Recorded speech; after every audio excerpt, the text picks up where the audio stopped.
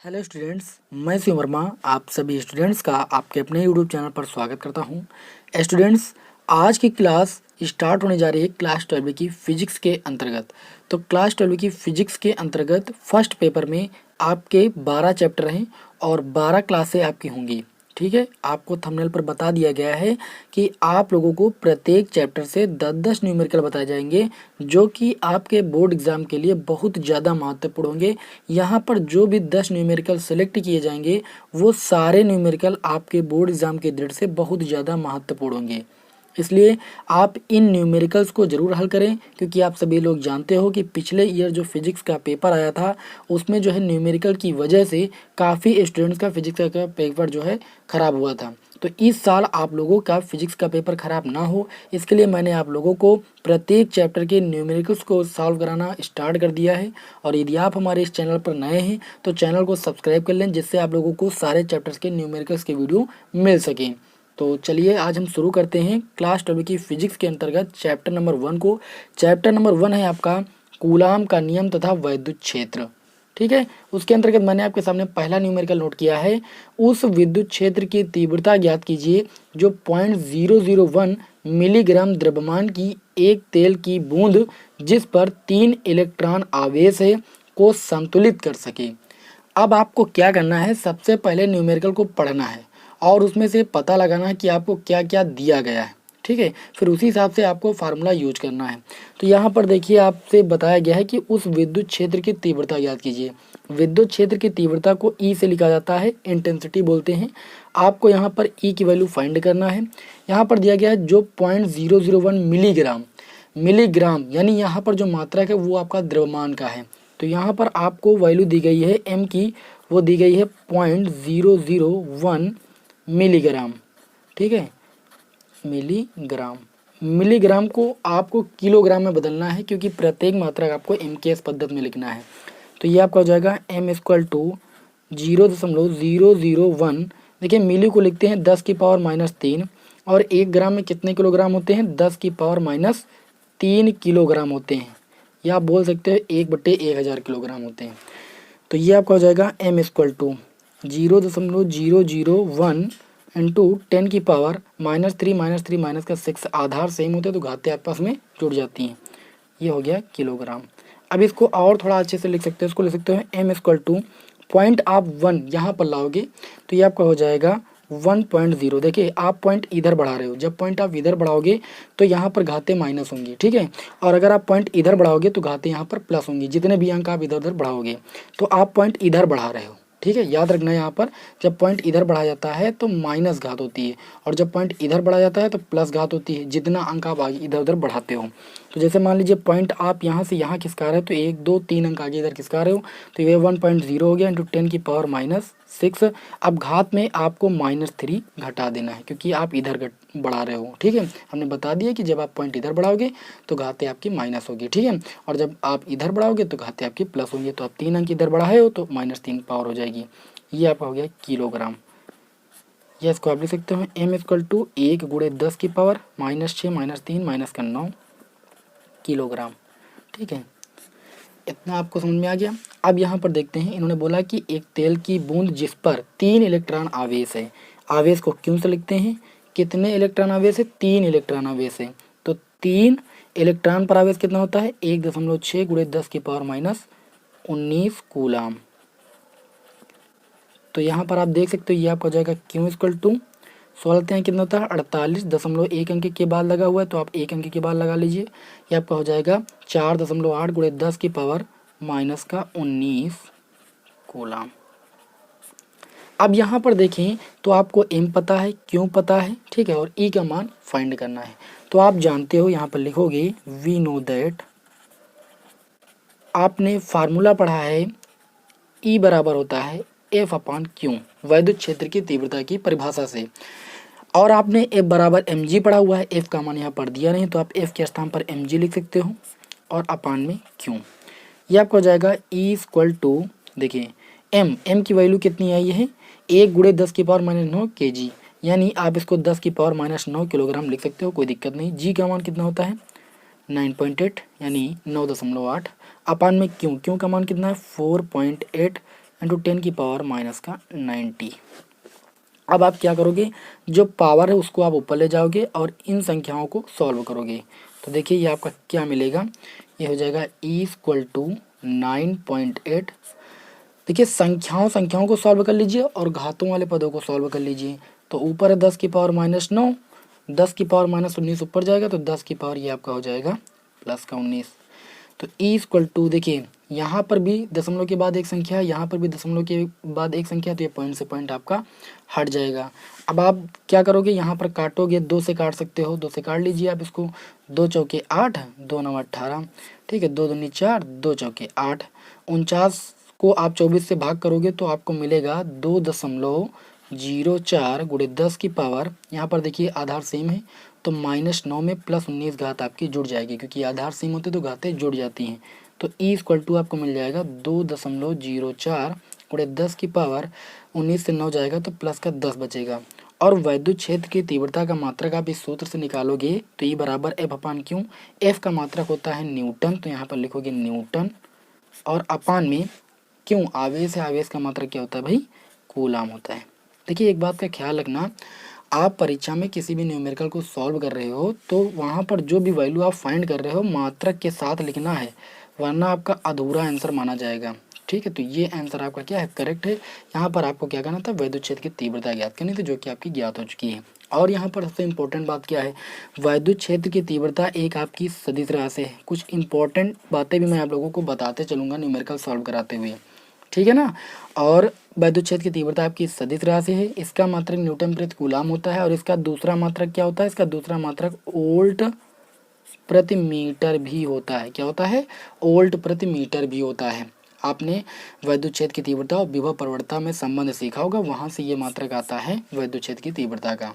तो ये दोनों मात्रक होते हैं, आप याद रखना, चाहे ये मात्रक हो चाहे ये मात्रक हो, इससे आप पता लगा सकते हो कि आपको क्या दिया गया है न्यूमेरिकल में। ठीक है, तो क्वेश्चन नंबर 1 आप सभी को समझ में आ गया होगा। और वीडियो पसंद आ रहा हो तो वीडियो को लाइक ज़रूर कर दिया करो आप लोग। जब आप लोग वीडियो को लाइक कर देते हो तो हमें मोटिवेशन मिलता है, और मैं आप लोगों के लिए आगे के लिए अच्छे से अच्छे वीडियो बनाने का प्रयास करता हूँ। तो चलिए अब इसी क्रम में हम अपना न्यूमेरिकल नंबर 2 देखते हैं क्या है। तो अगला प्रश्न है हमारा क्वेश्चन नंबर 2, एक इलेक्ट्रॉन एवं एक प्रोटॉन के बीच की दूरी 0.53 एंगस्ट्रॉम है। इस निकाय का वैद्युत द्विध्रुव आघूर्ण ज्ञात कीजिए। देखिए इस क्वेश्चन को सॉल्व करने से पहले मैं आप लोगों की कुछ कन्फ्यूजन दूर करना चाहूँगा। आप लोग वैद्युत द्विध्रुव आघूर्ण और वैद्युत बल आघूर्ण में कंफ्यूज रहते हो। देखिए जब वैद्युत द्विध्रुव आघूर्ण की बात की जाएगी तो यानी वहाँ पर आपको P की वैल्यू फाइंड करनी है, और जब वैद्युत बल आघूर्ण की बात की जाएगी तो वहाँ पर आपको टाउ की वैल्यू फाइंड करनी है। इस बात का पहले ख्याल रखिए यहाँ पर कि बल आघूर्ण क्या होता है और विद्युत द्विध्रुव आघूर्ण क्या होता है। तो विद्युत द्विध्रुव आघूर्ण को हम P से प्रदर्शित करते हैं। P बराबर जो होता है वो एक आवेश और दोनों आवेशों के बीच की दूरी का गुणनफल होता है, जबकि जो बल आघूर्ण टाउ होता है वो आपका होता है PE sin थीटा। तो इन दो सूत्रों में आप कंफ्यूज ना होइए, पहले आप इन दो सूत्रों को अच्छी तरीके से समझिए फिर न्यूमेरिकल पर आइए। ठीक है, तो चलिए यहाँ पर देखते हैं, एक इलेक्ट्रॉन और एक प्रोटॉन है। ठीक है, एक आपका जो है ऋणावेश है और एक आपका धनावेश है। इलेक्ट्रॉन और प्रोटॉन पर दोनों पर समान आवेश होता है, आप सभी को पता है। तो इधर आपका ऋणावेश हो गया इलेक्ट्रॉन और इधर आपका धनावेश हो गया प्रोटॉन। चलिए यहाँ पर हमने E लिख दिया, इलेक्ट्रॉन, P फॉर प्रोटॉन। और इनके बीच की दूरी दे रखी है आपको, इनके बीच की दूरी दे रखी है 0.53 एंगस्ट्रॉम। कितनी दे रखी है, 0.3 एंगस्ट्रॉम।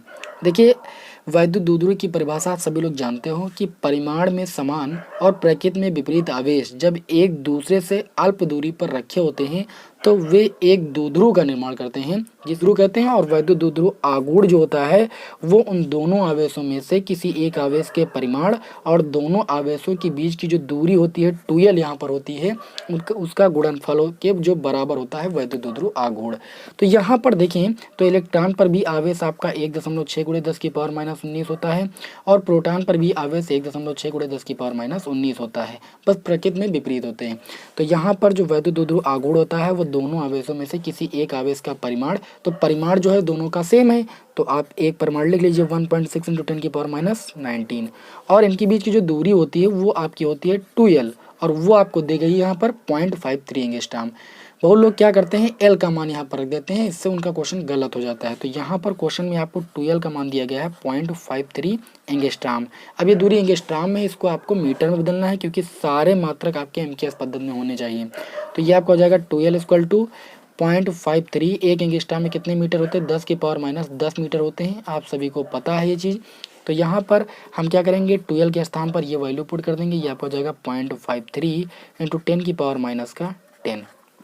पी इक्वल टू आपका हो जाएगा, देखिए संख्या पास कर लीजिए, 1.6 और 0.53 आप पास कर लीजिए। यहाँ पर 10⁻−19, यहाँ पर 10⁻−10 है, आधार समान एक आधार ले लीजिए, -19 और माइनस का 10, माइनस का हो जाएगा 29। ठीक है, अब ये p इक्वल टू 1.6 का मल्टीप्लाई 0.53 से आप करोगे तो ये आपको मिल जाएगा 0.848 इंटू 10⁻⁻29। इस पॉइंट को आप एक अंक आगे बढ़ा लीजिए, क्योंकि जब भी आपको आंसर लिखना होगा न्यूमेरिकल में तो दशमलव के एक अंक तक लिखना है आपको। तो p इक्वल टू आपका हो जाएगा, पॉइंट आप इधर खिसका रहे हो, मैंने आपको बताया था कि जब पॉइंट आप इधर खिसकाओगे तो घातों में माइनस चिन्ह के साथ आपको लिखना होगा। तो ये आपका हो जाएगा 8.48, पॉइंट आप इधर एक अंक आगे इधर खिसकाए हो तो ये आपका हो जाएगा 10⁻−29। 29 से आप एक माइनस कर दोगे यानी पावर माइनस होगी, ये चीज़ मैंने अभी आपको बताया। तो p का मान आपको मिल जाएगा 8.48 इंटू 10⁻30। अब आती है बात मात्रक की। तो मात्रक तो आप सूत्र से ही निकाल सकते हो, कोई भी मात्रक रटने की जरूरत नहीं है। देखिए सूत्र है आपका p बराबर क्यू गुणे 2L। 2L है दूरी यहाँ पर, क्यों है आवेश। आवेश का मात्रक होता है कूलाम, और आवेश एक आपकी अदिश राशि, याद रखिएगा आवेश का मात्रक होता है कूलाम। तो यहाँ पर आपका हो जाएगा कूलाम, ठीक। और 2L दूरी है, दूरी का मात्रक सदैव होता है मीटर। तो वैद्युत द्विध्रुव आघूर्ण का मात्रक हो जाएगा कूलाम मीटर, ठीक है। अब इस तरीके से हमने समझ लिया कि विद्युत द्विध्रुव आघूर्ण का हमें मात्रक कैसे फाइंड करना है, ठीक है। तो विद्युत द्विध्रुव आघूर्ण क्या होता है? वैद्युत द्विध्रुव आघूर्ण किसी एक आवेश और दोनों आवेशों के बीच की दूरी का गुणनफल होता है। और वैद्युत द्विध्रुव क्या होता है?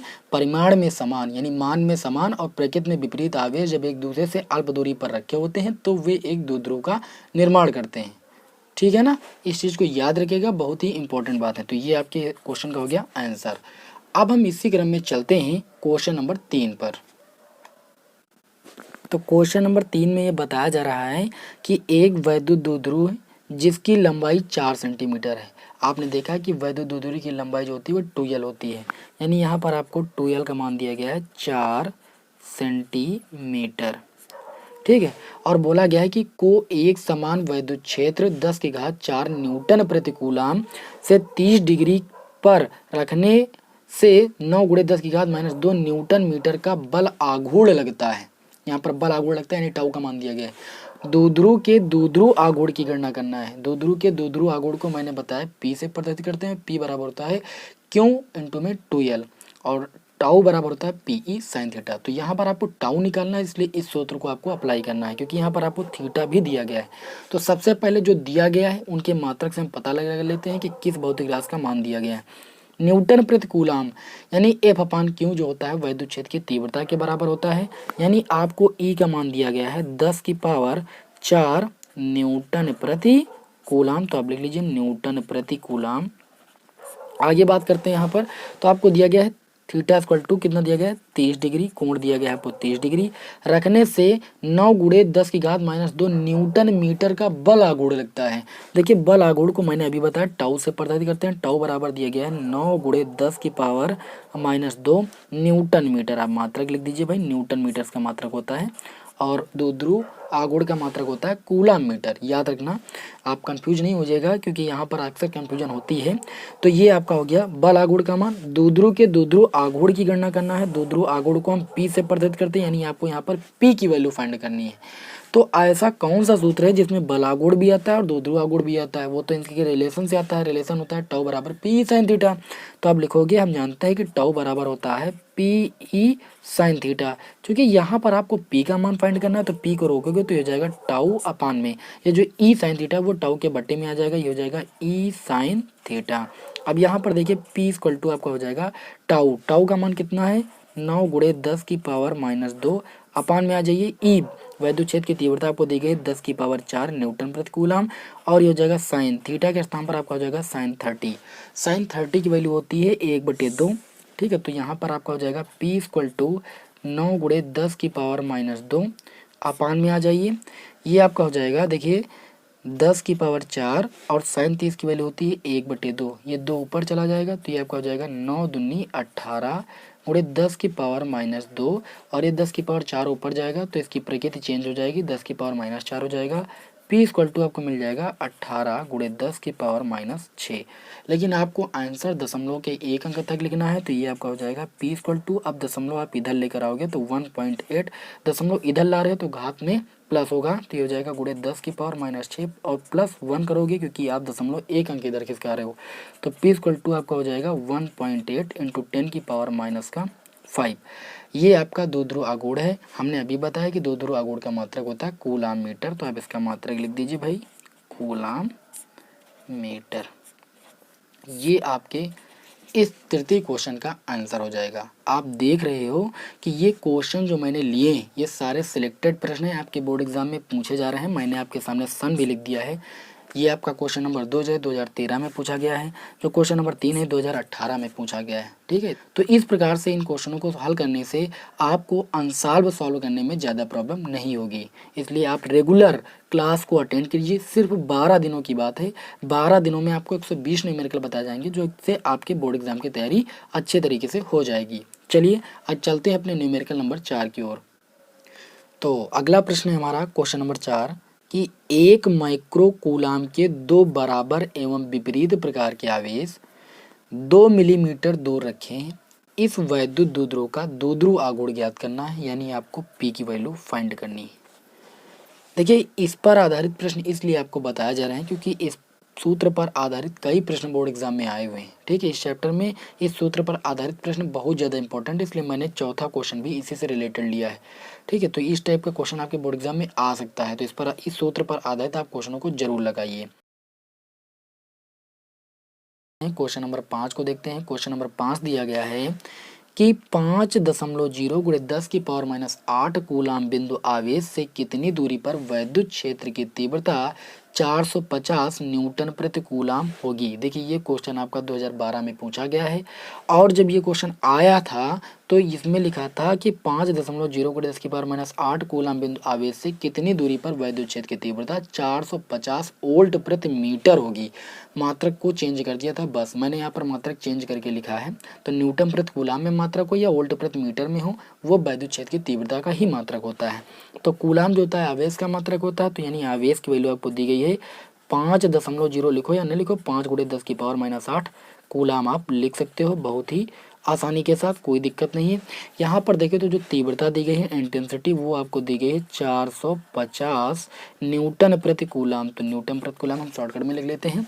यहाँ पर आपको क्या करना है, कितनी दूरी पर वैद्युत क्षेत्र की तीव्रता है, यानी यहाँ पर दूरी आपको r की वैल्यू फाइंड करनी है। यहाँ पर अगर हम बात करें तो बिंदु आवेश के कारण जो वैद्युत क्षेत्र की तीव्रता होती है वो होती है E = 1/4 πε0 Q/r², जहाँ r होती है दूरी, बिंदु आवेश से दूरी होती है, E होती है इंटेंसिटी तीव्रता, इलेक्ट्रिक इंटेंसिटी यानी वैद्युत क्षेत्र की तीव्रता, और Q होता है आवेश। तो आपको यहाँ पर r की वैल्यू फाइंड करनी है, तो आप इसको लिख सकते हो। तो r² इधर ले ई आ जाएगा बटे में 1/4 πε0 Q/e। मैंने आप सभी को बताया था कि 1/4 πε0 कांस्टेंट होता है।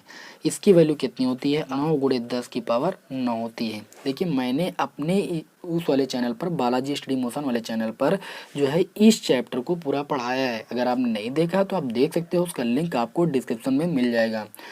और ये आपका हो जाएगा क्यों की वैल्यू कितनी दी गई है, 5 × 10⁻8 अपान में ई की बात करें तो ई का मान दिया गया है 450। ठीक है, आप देखिए 5 और 9 को गुणा करोगे तो 45 आएगा, और ये 45 से 45 कैंसिल हो जाएगा, 10 बचेगा।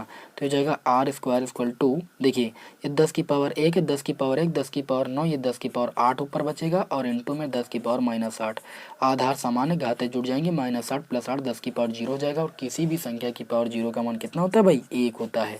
यानी आपको मिल गया r² 1, तो r मिल जाएगा √1², जब दूसरे पक्ष में जाता है तो √1 होता जाता है, और 1 का √1 होता होता है, तो r इक्वल टू आपको मिल गया 1 मीटर, यानी दूरी कितनी होगी 1 मीटर होगी। तो इस तरीके से आपने क्वेश्चन नंबर 5 को भी अच्छे तरीके से समझ लिया होगा। ठीक है, अब चलिए देखते हैं क्वेश्चन नंबर 6। तो अगला प्रश्न है हमारा क्वेश्चन नंबर 6, और ये प्रश्न जो है 2017 में पूछा गया था और बहुत ही इंपॉर्टेंट प्रश्न है। इसको ध्यान से देखिएगा, इसको लगाने के तरीके भी 2-3 हैं। तो यहाँ पर मैं आप लोगों को जो तरीका बताने वाला हूँ बहुत ही सुटेबल तरीका है और आपको अच्छे तरीके से समझ में आएगा। तो यहाँ पर जो क्वेश्चन नंबर 6 में बोला गया है कि दो धन आवेश जो कि परस्पर 0.1 मीटर की दूरी पर हैं एक दूसरे से 18 न्यूटन के बल से प्रतिकर्षित करते हैं। यदि दोनों आवेशों का योग 9 माइक्रोकूलाम हो तो उनके अलग अलग आवेश ज्ञात कीजिए। यहाँ पर दो आवेश हैं, मान लीजिए कि माना आवेश Q1 व Q2 हैं। आपको इन Q1 और Q2 का मान फाइंड करना है। क्या बोला इन्होंने कि उनके अलग अलग आवेश ज्ञात कीजिए। तो सबसे पहले कंडीशन आपको क्या दे रखी है कि इन आवेशों का जो योग है यानी Q1 और Q2 का जो योग है वो आपका है 9 माइक्रो कूलाम। इसको आप मानिए समीकरण 1। वो धन आवेश परस्पर 0.1 मीटर की दूरी पर हैं, यानी r इक्वल टू आपको दिया गया है 0.1 मीटर की दूरी दी गई है यहाँ पर। और इन्होंने कहा कि एक दूसरे को 18 न्यूटन के बल से प्रतिकर्षित करते हैं। F बराबर आपका है 18 न्यूटन। ओके, अब यहाँ पर हमें करना क्या है, हमें सूत्र लगाना है वैद्युत बल का। वैद्युत बल बराबर होता है 1/4 पाई एप्सिलॉन नॉट, और क्या होता है Q1 Q2 अपान में r स्क्वायर। ये तो होता है आपका वैद्युत बल का फार्मूला। आकर्षण अथवा प्रतिकर्षण बल का फार्मूला होता है F equal to 1/4 pi epsilon naught Q1 Q2 upon r square, Coulomb के नियम से आप सभी लोग जानते हो। तो ये आपका हो जाएगा F की वैल्यू कितनी है आपकी 18 न्यूटन। तो यहाँ से अगर देखें तो आप वैल्यू फाइंड कर सकते हो Q1 Q2 की, क्योंकि इसकी वैल्यू आप सभी को पता है, इसकी वैल्यू भी यहाँ पर पता है, F की वैल्यू भी पता है, तो Q1 Q2 की वैल्यू आप फाइंड कर सकते हो। तो F की वैल्यू पुट कीजिए 18 इक्वल टू इसकी वैल्यू हो जाएगी 9 गुणे 10 की पावर 9। Q1 और Q2 का मान आपको नहीं पता है, अपान में आ जाइए। r स्क्वायर की अगर मैं बात करूँ तो दूरी दी गई 0.1 मीटर, तो हो जाएगा 0.1। r 0.1 का स्क्वायर करोगे तो इसको आप 2 बार मल्टीप्लाई करोगे। अब इसके नीचे a मान सकते हो, ये इसके मल्टीप्लाई में आ जाएगा, ये 18 गुणे 0.1 का स्क्वायर यानी 0.1 गुणे 0.1 ऐसा लिख सकते हो। इसका मल्टीप्लाई 1800 हो गया, इक्वल टू ये आपका हो जाएगा 9 गुणे 10 की पावर 9 और इंटू में Q1 और Q2। सवाल को देखते रहिएगा, बहुत ही इंपॉर्टेंट प्रश्न है। ये आपका हो जाएगा, देखिए 18 और गुणे 0.1 अपान में ये संख्या नीचे आ जाएगी, क्योंकि जब कोई चीज़ गुणे में होती है तो वो बट्टे में आ जाती है। तो ये हो जाएगा 9 गुणे 10 की power 9 equal to Q1 Q2। आप इस पॉइंट को हटाओगे, इस पॉइंट को हटाओगे तो नीचे आप 1 से मल्टीप्लाई करके 2 जीरो बढ़ा लीजिए। ये 9 एक कम हो जाएगा 9, 9 दूनी हो जाएगा 18। तो यहाँ से आपको देखिए क्या मिलने वाला है, आपको मिलने वाला है 2, ठीक है, और ऊपर 1 1 बचा तो 1 1 का गुणा 1 ही होता है, अपान में देखिए 100 को लिख सकते हैं 10 की पावर 2, 10 की पावर 2 और 10 की पावर 9, 10 की पावर 11 हो जाएगा। लिख लीजिए 10 की पावर 11 और इक्वल टू हो जाएगा Q1 Q2। इसको आप लिख सकते हो 2 गुणे 10 की पावर 11 ऊपर जाएगा -11 इक्वल टू आपका हो जाएगा Q1 Q2। या आप लिख सकते हो कि जो Q1 और Q2 का मान मिला है वो आपको मिला 2 गुणे 10 की पावर -11। देखिए यहाँ पर जो आवेशों का योग दिया गया है वो माइक्रो कूलाम में दिया गया है, तो इसको अगर माइक्रो में ना बनाए तो कम से कम माइक्रो का दोगुना तो कर लीजिए। इसको आप लिख सकते हो 20 गुणे 10 की पावर -12। हमने यहाँ पर क्या किया, 10 से गुणा किया, 10 से भाग किया है। तो जो 10 से भाग किया और 10 की पावर जब ऊपर है तो 10 की पावर -1 हो गया, 10 की पावर -1 -11 -12 बन गया। ठीक है, ये आपका कूलाम Q1 Q2 का जो मान आया है वो 20 गुणे 10 की पावर -12 कूलाम आया है। अब देखिए यहाँ पर देखें तो हमको समीकरण दी गई है Q1 + Q2 बराबर 9 माइक्रोकूलाम।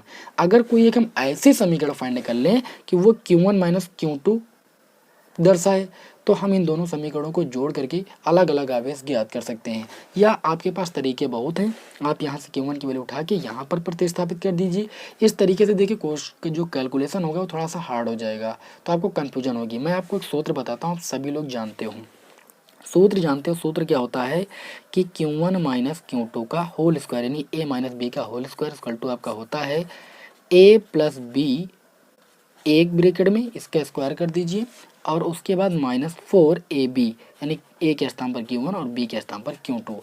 आप इसको ओपन करोगे तो इसका होल स्क्वायर मिल जाएगा a² + b² -2ab का। ठीक है, तो ये आपकी वही चीज़ लिखी हुई है, कुछ अलग नहीं है, थोड़ा सा ऐसे लिखा गया है बस। तो ये सूत्र होता है, ये आपका हो जाएगा Q1 माइनस Q2 का whole square equal to Q1 plus Q2 का whole square. Q1 plus Q2 का मान है 9 माइक्रो कूलम। 9 माइक्रो का मतलब 10 की पावर माइनस 6, इसका स्क्वायर कर दीजिए माइनस 4 गुड़े Q1 Q2 का मान कितना आया है, आप इसको समीकरण 1 से यहाँ से पुट कर सकते हो, 2 गुड़े 10 की पावर माइनस 11, या आप इसको ले सकते हो 20 गुड़े 10 की घात माइनस 12। तो आप ये वैल्यू पुट कीजिएगा, मैंने यहाँ पर पुट कर दिया है। अभी सही कर लेंगे हम। Q1 माइनस Q2 का होल स्क्वायर इक्वल टू, देखिए 9 का स्क्वायर हो जाएगा 81 और गुड़े 10 की पावर माइनस 6 का स्क्वायर माइनस 12, माइनस देखिए यहाँ पर हम क्या करेंगे, इसको हम लिख सकते हैं 20 को 80 गुड़े 10 की पावर माइनस का 12। ये वैल्यू मैंने यहाँ पर प्रतिस्थापित कर दिया। देखिए ये और ये वैल्यू सेम ही, मैंने 10 से गुड़ा और 10 से भाग किया था, तो ये आपका 20 गुड़े 10 की घात माइनस 12 बन गया था। तो 20 और 4 का गुड़ा हो जाएगा 80 और गुड़े 10 की पावर माइनस 12।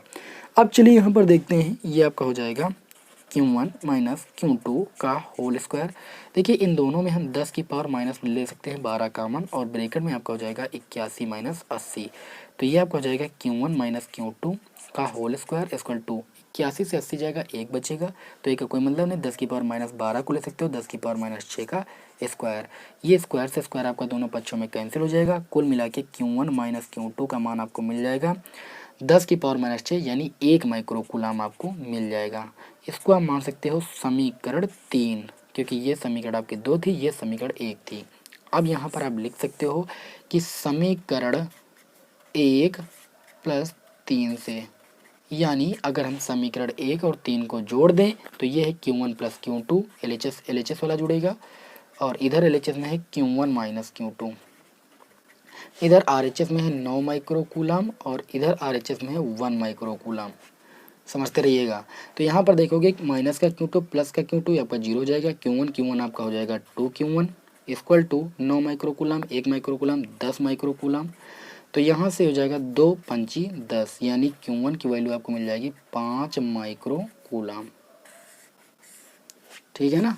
जब इस Q1 का मान किसी भी समीकरण में रख दोगे 3 या 1 में, तो आपको मिल जाएगा तब Q2 इक्वल टू, देखिए इन दोनों का योग 9 माइक्रो कूलम था, तो एक का आ गया है 5 माइक्रो कूलम, तो दूसरा होगा आपका 4 माइक्रो कूलम। आपको क्या करना था, अलग अलग आवेश की वैल्यू ही तो फाइंड करनी थी, आपकी फाइंड हो चुकी। तो ये तरीका आपके लिए बहुत ही अच्छा है। इस तरीके से आप इस न्यूमेरिकल को सॉल्व कीजिए और आपको कोई प्रॉब्लम नहीं होगी। तो ये क्वेश्चन आपके बोर्ड एग्जाम की दृष्टि से काफ़ी ज़्यादा महत्वपूर्ण था, तो मैंने आपको बताया। आई होप आप सभी को समझ में आ गया होगा। अब चलिए इसी क्रम में बढ़ते हैं अपने क्वेश्चन नंबर 7 की ओर। तो अगला प्रश्न है हमारा क्वेश्चन नंबर 7। एक चालक पर, यहाँ पर चालक लिखा है, एक चालक पर है ना, सॉरी यहाँ पर गलती हो गई। एक चालक पर 2.4 गुणे 10 की घात माइनस 18 कूलाम धन आवेश है। इस चालक पर, यहाँ पर भी चालक लिख गया है, इस चालक पर कितने इलेक्ट्रॉनों की अधिकता या कमी है। देखिए सबसे पहले मैं आपको बता दूं कि जो आवेश होते हैं वो आपके दो प्रकार के होते हैं। पहला होता है धन आवेश, दूसरा होता है ऋण आवेश। धन आवेश क्या होता है, धन आवेश किसी चालक में उपस्थित इलेक्ट्रॉनों की कमी को प्रदर्शित करता है। ठीक है। और ऋण आवेश का मतलब क्या है, किसी चालक पर इलेक्ट्रॉनों की अधिकता को प्रदर्शित करना। तो यदि किसी चालक में इलेक्ट्रॉनों की अधिकता है तो वह ऋण आवेशित होगा। यदि किसी चालक पर धन आवेशित है तो मतलब उसमें इलेक्ट्रॉनों की कमी है। ठीक है। सबसे पहले वीडियो में मैंने आपको ये बताया था जब मैंने अपना यूट्यूब चैनल स्टार्ट किया था। ठीक है। तो यहाँ पर देखिए एक चालक पर इतने कूलाम का धन आवेश है, तो आवेश है यानी क्यों बराबर आपको दिया है 2.4 गुणे 10 की पावर माइनस 18 कूलाम आवेश का मात्रक है। ठीक है। इतने कूलाम का धन आवेश है, यानी ये तो पक्का हो गया कि इसमें इलेक्ट्रॉनों की कमी है। तो जैसे प्रकृति पूछेंगे कि कैसी होगी तो आप बता दोगे कि धन आवेश है, और अगर पूछेंगे कमी या अधिकता होगी तो आप बताओगे कमी, क्योंकि धन आवेश कमी को प्रदर्शित करता है, ऋण आवेश अधिकता को प्रदर्शित करता है। तो कमी होगी, ये तो आपको पहले से ही पता हो गया। अब कितने इलेक्ट्रॉनों की कमी होगी, मान लीजिए इन इलेक्ट्रॉनों की कमी होगी, वही आपको फाइंड करना है। और एक इलेक्ट्रॉन पर जो आवेश होता है वो 1.6 गुणे 10 की पावर माइनस 19 कूलाम होता है। ये आप सभी को जानकारी है, इसमें कोई बताने की जरूरत नहीं। सूत्र आप सभी लोगों ने पढ़ा है, क्यों बराबर क्या होता है, NE होता है। तो ये आपका N बराबर हो जाएगा क्यों अपान में E। N को रोकेंगे, E गुणे में है क्योंकि बट्टी में आ जाएगा। तो N इक्वल टू क्यों का मान कितना दिया गया है, क्यों का मान दिया गया 2.4 गुणे 10 की पावर माइनस 18 अपान में देखिए E का मान कितना है 1.6 × 10 की पावर माइनस 19। तो ये आपका हो जाएगा N इक्वल टू 2.4 अपान में 1.6 इंटू 10 की पावर -18 है, और ये -19 ऊपर जाएगा तो 10 की पावर +19 हो जाएगा। ये पॉइंट से पॉइंट हट जाएगा क्योंकि इस पॉइंट के बाद भी एक संख्या है, इस पॉइंट के बाद भी एक संख्या है। n इक्वल टू इसको आप 8 से काट सकते हो, 8 दूनी 16, 8 त्रिक 24, तो हो जाएगा 3/2 गुणे 10 की पावर 19 से 18 पावर जाएगी तो एक पावर बचेगी, एक पावर लिखो या ना लिखो। 3/2 का मतलब 1.5, 1.5 का आप 10 से गुणा करोगे तो n बराबर आपको मिल जाएगा 15, यानी जो इलेक्ट्रॉनों की संख्या होगी वो 15 होगी, और वो कमी को प्रदर्शित करेगा कि अधिकता को तो धन आवेश हमेशा कमी को प्रदर्शित करता है, तो इसमें इलेक्ट्रॉनों की कमी होगी, यानी 15 इलेक्ट्रॉनों की कमी होगी। तो इस तरीके से आप लोगों ने क्वेश्चन नंबर 7 को भी समझ लिया होगा। अब इस टाइप के प्रश्न आप सॉल्व कर लोगे। क्वेश्चन नंबर 8 को देखते हैं। ये क्वेश्चन तो बहुत ज़्यादा इंपॉर्टेंट है, 2013 में आया है और थोड़ा घुमा के भी पूछा जाता है। यदि शुद्ध जल का परावैद्युतांक 81 हो तो इसकी निरपेक्ष वैद्युशीलता कितनी होगी। देखिए मैं आपको बता दूं कि निरपेक्ष वैद्युशीलता, परावैद्युतांक और निर्वात की वैद्युशीलता में एक संबंध होता है एप्सिलॉन इक्वल टू एप्सिलॉन 0 के, जहाँ एप्सिलॉन जो होता है इसको बोलते हैं निरपेक्ष वैद्युशीलता। क्या भाई बोलते हैं? निरपेक्ष वैद्युशीलता। और एप्सिलॉन को हम बोलते हैं निरपेक्ष वैद्युशीलता, एप्सिलॉन नॉट को हम बोलते हैं निर्वात की वैद्युशीलता। ये याद रखिएगा, निर्वात की वैद्युशीलता। और दोनों का मात्रक भाई सेम ही होता है, कूलाम स्क्वायर प्रति न्यूटन मीटर स्क्वायर। मैं ये भी बताऊंगा कि इसका मात्रक कैसे आपको ज्ञात करना है। यहाँ पर देखिए इसका मान कितना होता है, इसका मान होता है 8.85 इंटू 10 की पावर -12 कूलाम स्क्वायर अपान में न्यूटन मीटर स्क्वायर। ये होता है एप्सिलॉन नॉट का मान। यहाँ पर के की वैल्यू आपको दी गई है, परावैद्युतांक है 81, तो आपको एप्सिलॉन का मान फाइंड करना है। तो आप लिखोगे एप्सिलॉन इक्वल टू होता है एप्सिलॉन 0 के, एप्सिलॉन इक्वल टू आपका हो जाएगा एप्सिलॉन नॉट की वैल्यू 8.85 इंटू 10 की पावर -12, और यहाँ पर बात करें के की वैल्यू है आपकी 81, तो एप्सिलॉन इक्वल टू आपका हो जाएगा 81 और 8.85 का मल्टीप्लाई करोगे यहाँ पर तो आपको मिल जाएगा 7.17 इंटू 10 की पावर। देखिए आपको मिलेगा 7.17 इंटू 10 की पावर -10। देखिए यहाँ पर आप जब मल्टीप्लाई करोगे तो यहाँ पर जो संख्या है आपको मिलेगी 717 दशमलव कुछ मिलेगा, दशमलव 2 अंक आगे खिसकाओगे तो यहाँ पर आप जब दशमलव इधर खिसकाओगे, ठीक है, तो दशमलव इधर खिसकाने पर पावर में क्या होता है, प्लस होता है, और दशमलव इधर बढ़ाने पर पावर में माइनस होता है। तो जैसे दशमलव 2 अंक इधर खिसकाओगे तो जैसे यहाँ पर आप +2 करोगे 10 की पावर -12 से 2 जाएगा, 10 की पावर -10 हो जाएगा, और इसका मात्रक वही होगा जो एप्सिलॉन नॉट का होता है। तो ये हो जाएगा कूलाम स्क्वायर प्रति न्यूटन मीटर स्क्वायर।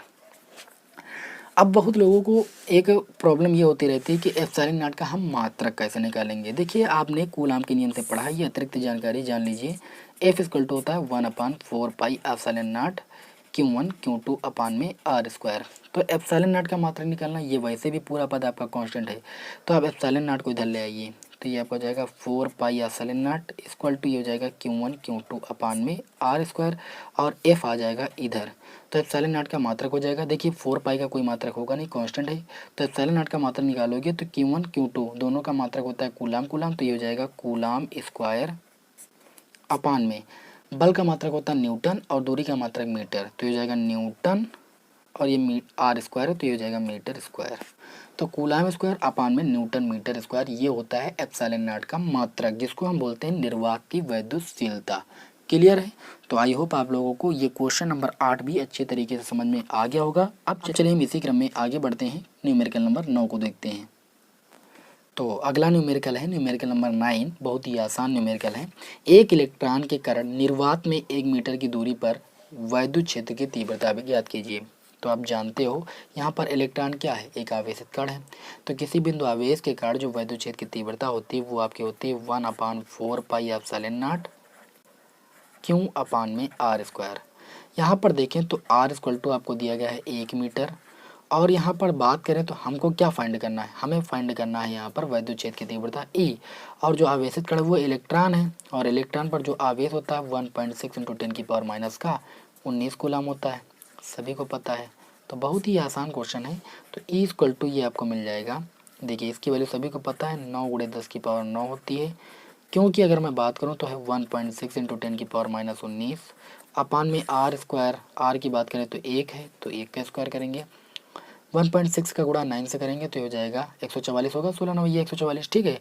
तो दशमलव आप एक अंक आगे लगाओगे तो 1.44 हो जाएगा। देखिए दशमलव एक अंक आगे हमने और खिसका लिया है, अब इधर खिसका ही लिया है तो हम क्या करेंगे, तो गुणे 10 की पावर, देखिए -19 से आपका 9 जाएगा तो माइनस का 10 बचेगा, और दशमलव एक अंक इधर और बढ़ाया मैंने तो इधर +1 और कर देंगे, तो ये कुल मिला के आपको आंसर मिल जाएगा 1.44 इंटू 10 की पावर -9।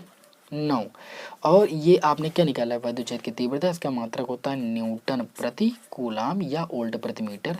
ये आपके इस क्वेश्चन का हो जाएगा आंसर। तो इस तरीके से क्वेश्चन नंबर 9 भी सॉल्व हो गया। अब चलिए क्वेश्चन नंबर हम 10 को सॉल्व करते हैं। लास्ट क्वेश्चन है आपके इस वीडियो का। दो बिंदु आवेश +9e और +e एक दूसरे से 16 सेंटीमीटर की दूरी पर स्थित हैं। इनके बीच एक आवेश क्यों कहाँ रखा जाए कि वह संतुलन की स्थिति में हो, यानी जो दोनों आवेशों पर बल लगे वो आपस में बराबर हो, संतुलन की स्थिति इसी को बोली जाती है। तो एक आवेश यहाँ पर है जो जिस पर आवेश जो है 9 इलेक्ट्रॉनों के आवेश के बराबर है, यहाँ पर एक बिंदु है, और एक बिंदु आवेश है ई जिस पर एक इलेक्ट्रॉन के आवेश के बराबर है, वो भी प्लस बोला गया है, दोनों सजातीय आवेश हैं। तो ये बताया यहाँ गया है कि एक आवेश क्यों को कहाँ रखा जाए। अब देखिए इनके बीच की दूरी आपको दे रखी है कि 16 सेंटीमीटर है, समझिएगा। तो हम एक आवेश क्यों को कहाँ रखें कि जो है वह संतुलन की स्थिति में रहे। तो मैं यहाँ पर मानूंगा कि माना आवेश क्यों को x दूरी पर रखा जाता है। देखिए अब आवेश अगर यहाँ पर मान लीजिए हमने आवेश क्यों को रख दिया x दूरी पर, ठीक है, x दूरी पर रख दिया आवेश को, 9e से x दूरी पर मैंने रख दिया, तो ये दूरी कितनी बच जाएगी, टोटल 16 है, तो 16 से x माइनस कर देंगे तो ये दूरी हमें पता चल जाएगी। यानी इस आवेश से जो दूरी हो जाएगी 16 - 6 हो जाएगी, और इस आवेश से जो दूरी हो जाएगी वो x हो जाएगी। दोनों का योग करोगे तो 16 आ जाएगा, और दोनों के बीच की दूरी है ही भी 16 सेंटीमीटर। तो यहाँ पर आप कहोगे तब जो F1 होगा, यानी 9 इलेक्ट्रॉन आवेश और इस क्यू आवेश के बीच कार्य करने वाला जो बल हो जाएगा वो आपका हो जाएगा 1/4 पाई एप्सिलॉन0 Q1 की वैल्यू हो जाएगी 9e, और Q2 की वैल्यू आपकी हो जाएगी क्यों अपान में दूरी की बात करेंगे तो हो जाएगा x स्क्वायर, क्योंकि अपान में r स्क्वायर होता है। इसको आप मानोगे समीकरण 1, और F2 जो हो जाएगा वो इस आवेश और इस आवेश के बीच की दूरी यहाँ पर अब ली जाएगी, क्योंकि इसके बीच बल कार्य करेगा, तो 1/4 पाई एप्सिलॉन0। देखिए आवेश कितना है आपका क्यों, और दूसरा आवेश कितना है ई, अपान में दूरी कितनी है 16 माइनस x का होल स्क्वायर, क्योंकि दूरी का स्क्वायर होता है। अब आप लिखोगे संतुलन की स्थिति के लिए जो बल होगा वो क्या होगा, बराबर होगा संतुलन की स्थिति के लिए, संतुलन की स्थिति के लिए जो F1 होगा वो F2 के बराबर होगा। तो ये हो जाएगा 1/4 पाई एप्सिलॉन0 9e इंटू में क्यू अपान में x स्क्वायर बराबर 1/4 पाई एप्सिलॉन0। ये आपका हो जाएगा कितना था यहाँ पर क्यू, और इंटू में ई अपान 16 माइनस x का होल स्क्वायर, ठीक है। यहाँ पर देखिए तो 1/4 पाई एप्सिलॉन0 से 1/4 पाई एप्सिलॉन0 दोनों पक्षों में कैंसिल हो जाएगा, ये ई से ई कैंसिल हो जाएगा, ये क्यू से क्यू कैंसिल हो जाएगा। आपका यहाँ पर क्या बचा, आपका यहाँ पर बचा 9 अपान में x स्क्वायर इक्वल टू आपको मिलेगा 1/16 माइनस x का होल स्क्वायर। देखिए आप इसको ऐसे भी ले सकते हो 3/x का होल स्क्वायर बना लीजिए, इसको ले सकते हो 1/16 माइनस x का होल स्क्वायर। ये स्क्वायर से स्क्वायर दोनों पक्षों में कैंसिल हो जाएगा, 16 माइनस x का मल्टीप्लाई 3 हो जाएगा, तो हो जाएगा 48 माइनस का 3x इक्वल टू x एक कम x, तो ये आपको हो जाएगा 48 इक्वल टू इधर हो जाएगा 4x, क्योंकि माइनस का 3x उधर जाएगा तो प्लस का 3x हो जाएगा, 3x आपका 4x हो जाएगा, और 4 से 48 को काटोगे 4 एक कम 4 4 दूनी 8, x बराबर आपका आ जाएगा 12। यानी आवेश को जो है 9 इलेक्ट्रॉन वाले आवेश से जो है कितनी दूरी पर रखा जाए, 12 सेंटीमीटर की दूरी पर, और इस वाले आवेश से आपको 4 सेंटीमीटर की दूरी पर रखा जाए, क्योंकि टोटल दूरी कितनी है 16 सेंटीमीटर है। तो यानी कहने का मतलब ये है कि उसको 9 इलेक्ट्रॉन आवेश से कितनी दूरी पर रखा जाए, 12 सेंटीमीटर की दूरी पर रखा जाए, और यही आपके इस क्वेश्चन का क्या हो जाएगा, आंसर हो जाएगा। तो आई होप आप लोगों को आज की जो पहली क्लास थी, क्लास 12 की फिजिक्स की पहली क्लास और पहले चैप्टर की, तो 10 न्यूमेरिकल आपको अच्छे लगे होंगे, और आई होप आप लोग समझ पा रहे होंगे कि ये न्यूमेरिकल आपके बोर्ड एग्जाम के दृष्टि से कितने ज़्यादा महत्वपूर्ण हैं। तो इन न्यूमेरिकलों का तो कम से कम आप रिवीजन करके जाएं ही, क्योंकि इस टाइप के न्यूमेरिकल जब आप सॉल्व कर लोगे तो आप बोर्ड एग्जाम के न्यूमेरिकल को भी सॉल्व कर लोगे। तो अब नेक्स्ट वीडियो में मैं आप लोगों को नेक्स्ट चैप्टर के टॉप 10 के 10 न्यूमेरिकल्स बताऊंगा, और उसकी क्लास भी इसी टाइम 7 PM पर लाइव चलेगी। आप सभी लोग आना ना भूलें और पूरी क्लास को देखें, ठीक है। यदि आपने अभी तक हमारे इस चैनल को सब्सक्राइब नहीं किया है तो इस चैनल को सब्सक्राइब कर लें, क्योंकि आपको क्लास 12 फिजिक्स के फर्स्ट पेपर के सारे चैप्टर के न्यूमेरिकल्स के वीडियो इसी चैनल पर मिलेंगे, ठीक है। चलिए फिर मिलेंगे आपको नेक्स्ट वीडियो में। जय हिंद, जय भारत।